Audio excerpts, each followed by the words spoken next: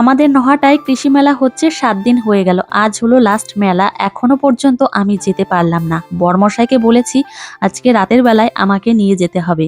যেই বলা সেই কাজ। বরমশাই তো রাজি হয়ে গেছে। এদিকে মেয়েকে রাতের খাবার খাইয়ে দিয়েছি, রান্নাবান্না সমস্ত কিছুই হয়ে গেছে।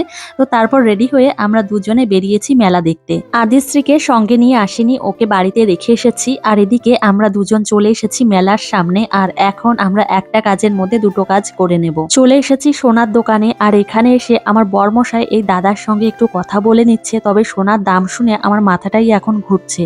সোনার যে পরিমাণে দাম বেড়েছে, যে জিনিসটা আমি বানাবো ভেবেছিলাম কিন্তু সেটা আর বানাতে পারবো না, অন্য একটা বানাবো। আর এদিকে এই চোকারটা দেখছিলাম, আমার খুব পছন্দ হয়েছে।